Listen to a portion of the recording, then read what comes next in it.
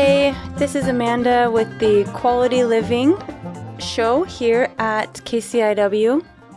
Thank you all for tuning in and for all of your support for the KCIW station 100.7. It makes a huge difference in our community with the way that we speak, the way that we listen, and the frequencies that are coming through. With this show of Quality Living, we invite many different people in our town and in our area to talk about exactly that. What is quality living? And how does it create peaceful support?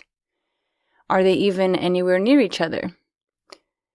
These are all questions that you can answer yourself. Give a call to the station or an email at contact@kciw.org or 541-661-4098. Okay.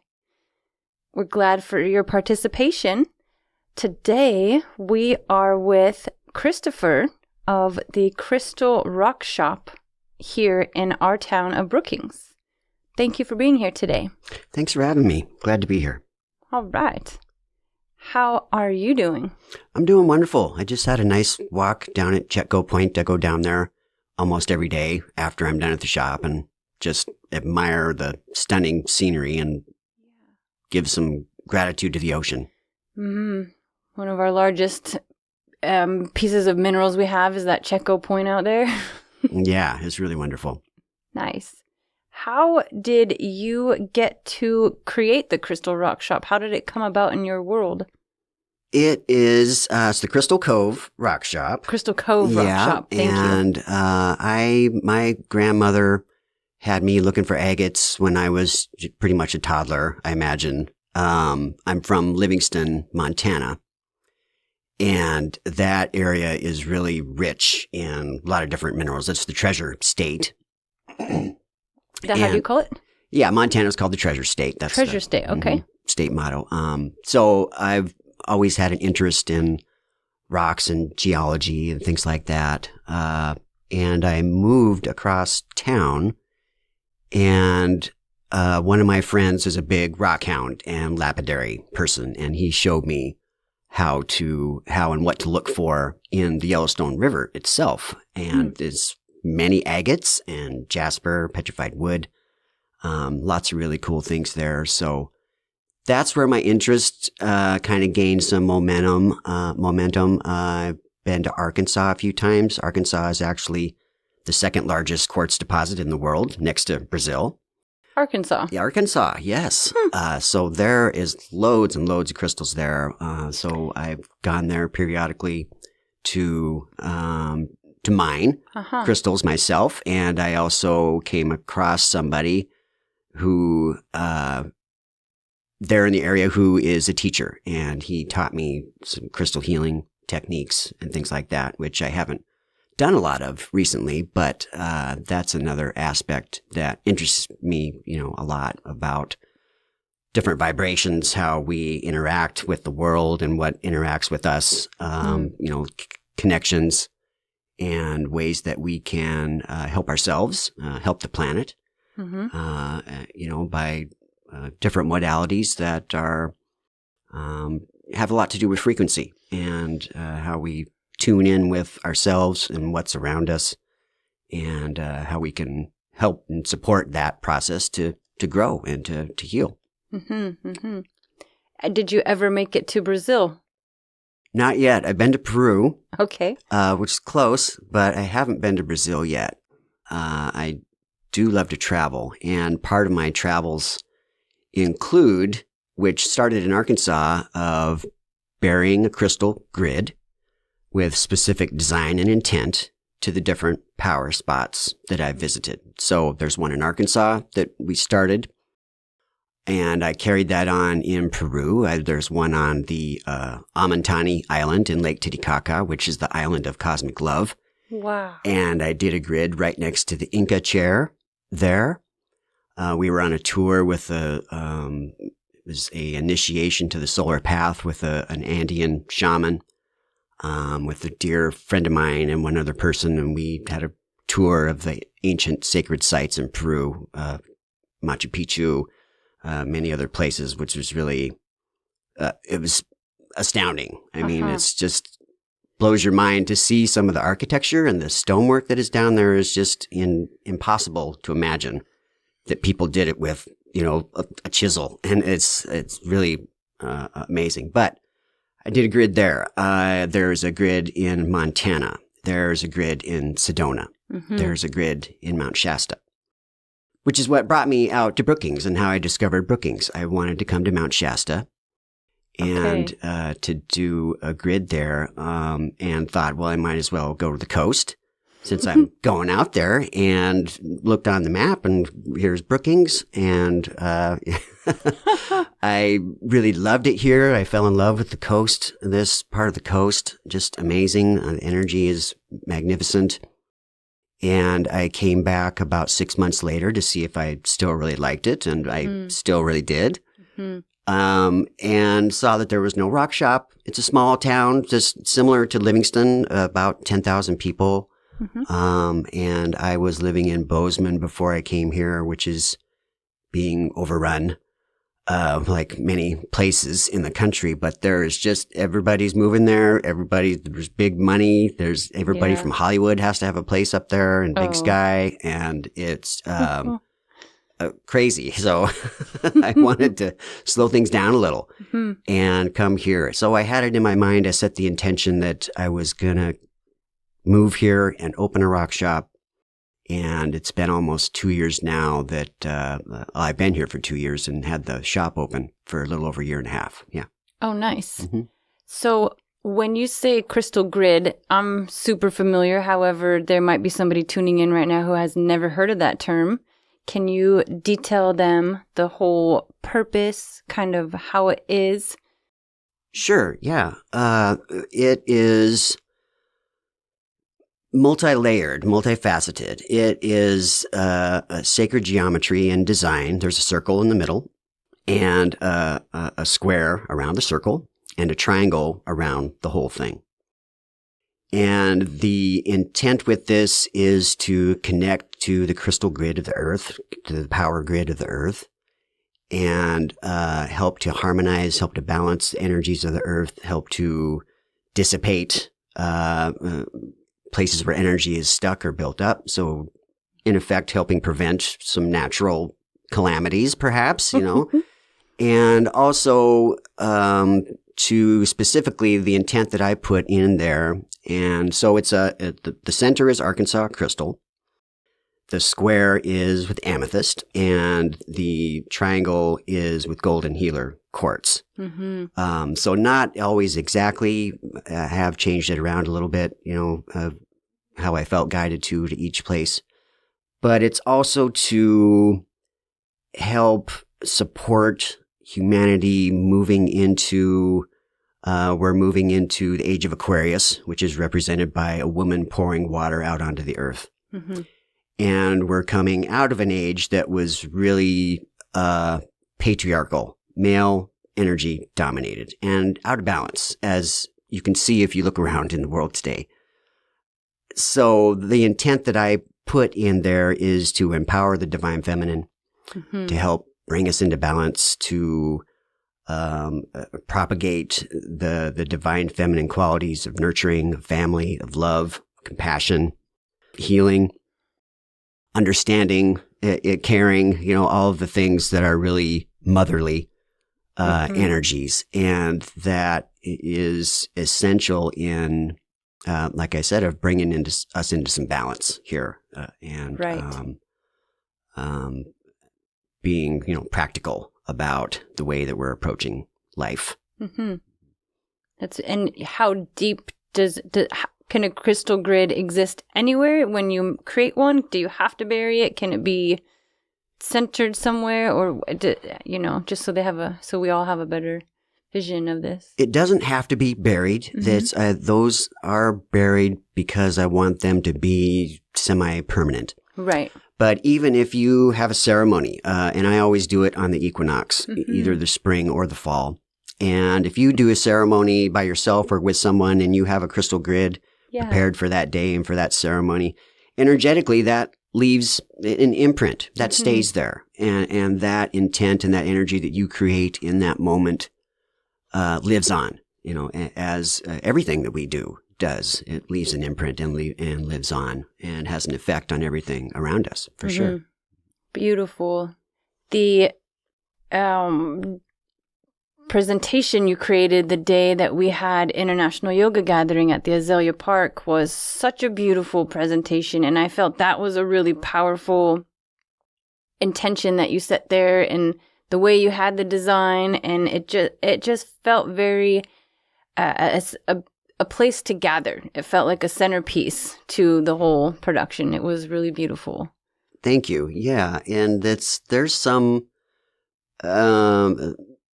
there's intuition, I think, is a lot of what I do with my crystal work and the intention that I set with how I'm growing and interacting with the world today as I'm becoming more inner focused and listening more and following and trusting a lot. I have a quote here of somebody gave me a plaque quite a while ago of Ralph Waldo Emerson, who says, "Do not go where the path may lead. Go instead where there is no path and leave a trail." Which is not for everybody. That is true. So many of us are told, stay on the trail, don't turn your head, keep your hands in the car. And so that, I feel like that encapsulates my journey out here to Brookings, and it's more and more I am attempting. I have another, not a quote here, but Lee Carroll is one of my favorite authors, and his book, The Journey Home, which is a good way to start reading his material if you've never heard of him before. But the main character, Michael, is on this spiritual journey, and he's given these various things. He ends up leaving the big bag of belongings he brought with him because he doesn't need them anymore. But he was really frustrated because he had a spiritual map. And no matter where he was on this journey, he could see a little bit in front of him, a little bit behind him, and there was always an arrow pointing, and it said, "You are here." So that's how I feel where I'm at now. I'm here. And no matter where you go, there you are, as the saying is as well. So it is really challenging me to live by faith and to trust that Spirit's got my back, that when I listen and when I act on the guidance I'm receiving, that it's going to be okay, that things are going to work out. I don't have to understand what's happening or even what I'm doing, but just to do it anyway and to know that it's a sacred way to live. And that's another aspect of the crystal work and the rock shop that helps me to build sacredness into my everyday life. And that really helps to lower the mind chatter. And another big part of this, where I'm at here now, is lowering or even throwing away my expectations of what, kind of what I alluded to a minute ago, of what I'm supposed to be doing or what is success. Or what do I want? I have what I need. The basic human needs are shelter, food and water, and love. And if you have those things, that's abundance, because there are billions of people in the world who do not even have those things at all. At all. And so, I am wealthy, regardless of what my bank account says. There's wealth in my life, and it's, slowing down and being grateful for those things is a really good way to be grounded and to not have to get caught up in the way the mind works and everything that society is throwing at me and all of us all the time. So it's, being centered, being grounded, and being grateful, I think, are good practices for anybody, regardless of who they are or what their life is about. That'll help. Exactly. Yes. And even simple as when you say you're wealthy, we all really are more than we allow ourselves to believe. And the simple fact that you get to go to the point every day. Some of us have schedules where we can't have that breath of fresh air. Yeah, and, absolutely. So many people are, with the end of life doula work that I do, so many people are in homes or they don't have a friend or a buddy system to push their wheelchair to go out to the point. Like that is such an immense amount of a gift that you have. Mm-hmm. Absolutely. Yeah. Mm-hmm. With, also you said lowering the mind chatter. That's a really nice way to speak of the different frequencies and the way the brain operates and all these programmed frequencies and these fields of outside influences that push us in all these directions that have nothing to do with where we actually are or where we're going. And I really enjoyed that. I might have to add that somewhere. Lowering the mind chatter. Sure.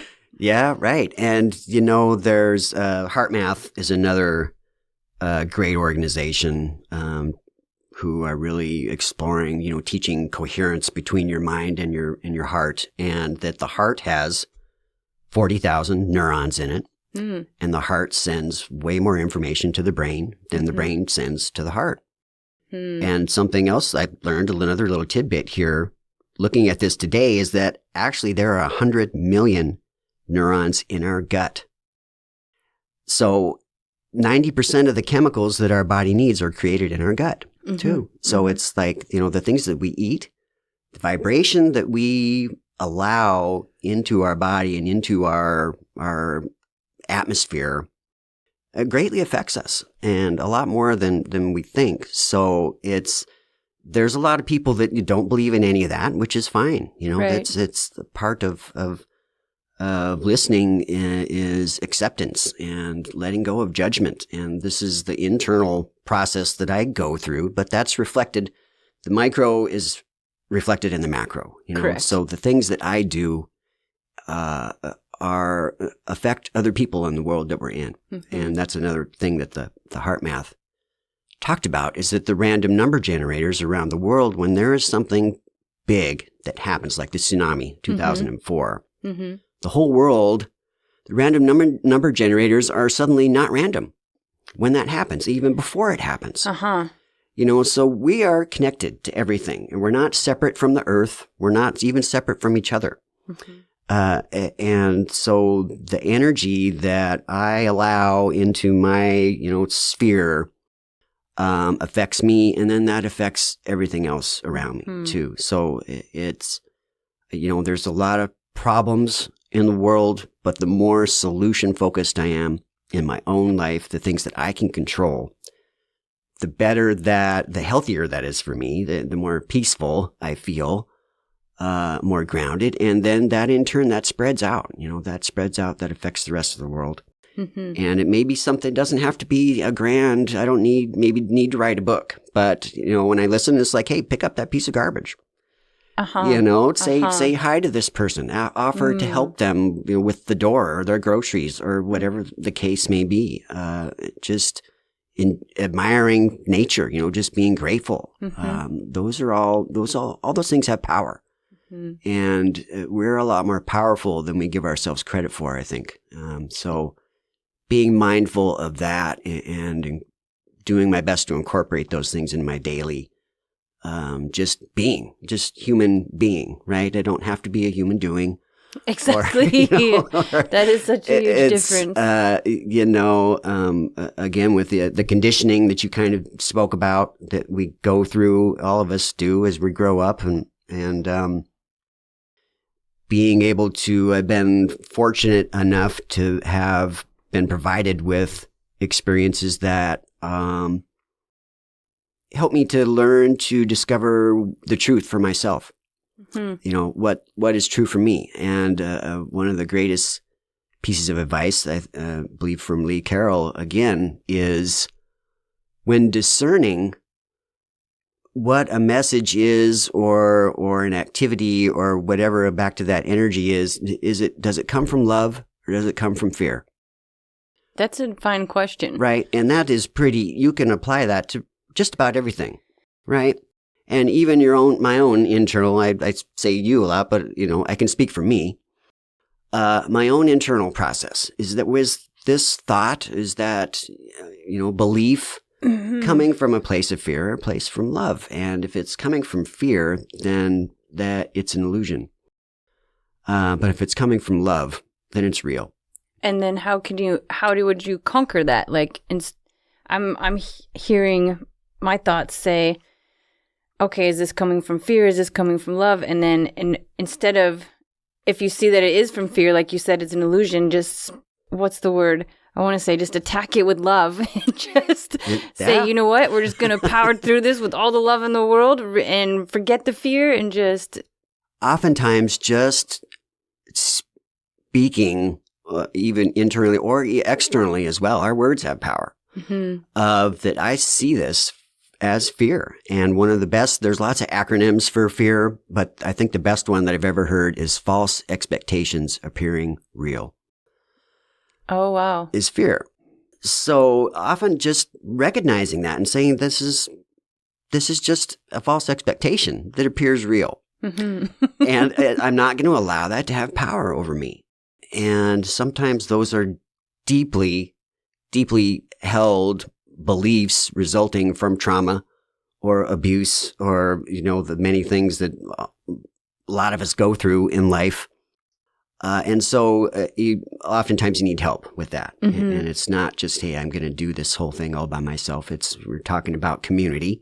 Completely. And, community support and leaning on family and things like that. So my goal is to carry more love and carry more light and compassion in my daily life with myself, especially. And with those that I interact with. And that's not always easy. Right. It isn't. And do you find certain minerals or crystals that would tune in to those how would you say it? Tune into those certain parts of the aim that you're going for? Yeah, there are people with a lot more knowledge than me that have thoroughly looked at that and documented and chronicled those things. But there are certain crystals or stones. Some of them actually are self-cleaning, self-generating. They don't carry any negativity. They just keep on. They're just like a battery. And they work with kyanite is one of those things. Citrine is another, an abundance attractor. So there are a myriad of different things that you can use for protection, for healing, for emotional stability, for connecting to higher realms or your higher self, things like that. And mainly with the healing or the chakra balancing is really a lot of what that is, of just allowing the body to come into a state of harmony and unison and function as it should and at its best. So there's a lot of different. So an easy way to look at it is the color of the stone or the mineral corresponds to the color of your chakra. Oh, really? So it's like, hey, this rose quartz, for instance, is unconditional love, and that's the heart center, but it's a green chakra.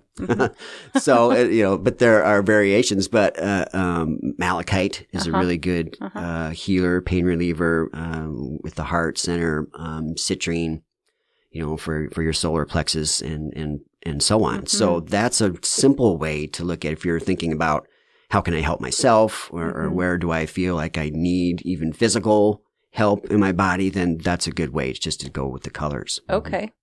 That's nicely said. How about a question we ask on the show is, how would you briefly explain quality? That's a good question. I think quality is something that has value and that lasts. And to me is something that is useful as well. but that also is something that you can share with people. Because if something has quality, then you want to share it with people. You're like, hey, this thing rocks, this rock rocks. It has good quality. So you want to admire it. You want people to admire it. You want to share the benefits of it with people. And that enhances a person's life, your existence. The quality, things of quality help you have the best life that you can, I guess would be a way to say that. Yeah. That is fantastic. Thank you for sharing that. How about, where can people find you so that they can learn more about these beautiful crystals at the Crystal Cove Rock Shop here in Brookings, correct? Yeah, I am. Right now, I remodeled the old post office in the Harbor Shopping Center. So it's Suite 1 in the Harbor Shopping Center. And I'm actually only going to be there about another week. I have found a need to downsize. And I found a spot that's just right down the street, about 100 feet away from here in 605 Chetco Avenue, right next to the Republican office. Yeah, so I got a little tiny office space there that I'm going to be moving into here in another 2 weeks, and I'll be open there in November. So I'm excited to be pretty downtown. How exciting! And welcome to bring the energy of the Crystal Cove Rock Shop to this space, and enjoy hopefully a little more foot traffic and a little more people I'll be more visible there for sure. And accessible. Yeah, a little better accessible there, and looking forward to that. So things change. I was ready to quit about a month ago. I was ready to shutter it up and say I can't do this anymore. But I did a crystal grid out at Whale's Head, where I am, on the equinox. I was going to start my going out of business sale that day. And as I drove through town, I saw the space for rent up here down the street, and I got that space. And now I'm going to keep going. Oh my, that is phenomenal. Synchronicity. Things happened. Look for the signs. They're there. And listen and trust the gut, because that has all the millions and thousands of, how did you call them? They're neurons. Neurons. Actually think. Yeah, our body thinks. Yes. The cells in our body think, not just our brain. Right. It's a huge, massive, everlasting brain. How about a phone number or an email that our KCIW listeners can... Crystal Cove Rock Shop. The phone number is 541-698-6882. I am open 10 to 5, Tuesday through Saturday, 10 to 3 on Sunday, and I'm only closed on Mondays. So perfect. Yeah. Excellent. Come down and see me. Have fun and check out. I have free crystals for kids. A little piece of jasper. Yeah, it's people I love. People are happy when they're in the shop, and especially the kids, and learn more about the earth and the just absolutely amazing processes and stunning beauty that the earth creates just blows my mind. Well, it's a phenomenal sensation to have you resonate here in the studio. Thank you so much for your time today, and we'll see you out there on Chetco Avenue. Thank you very much. Namaste. Yes, namaste.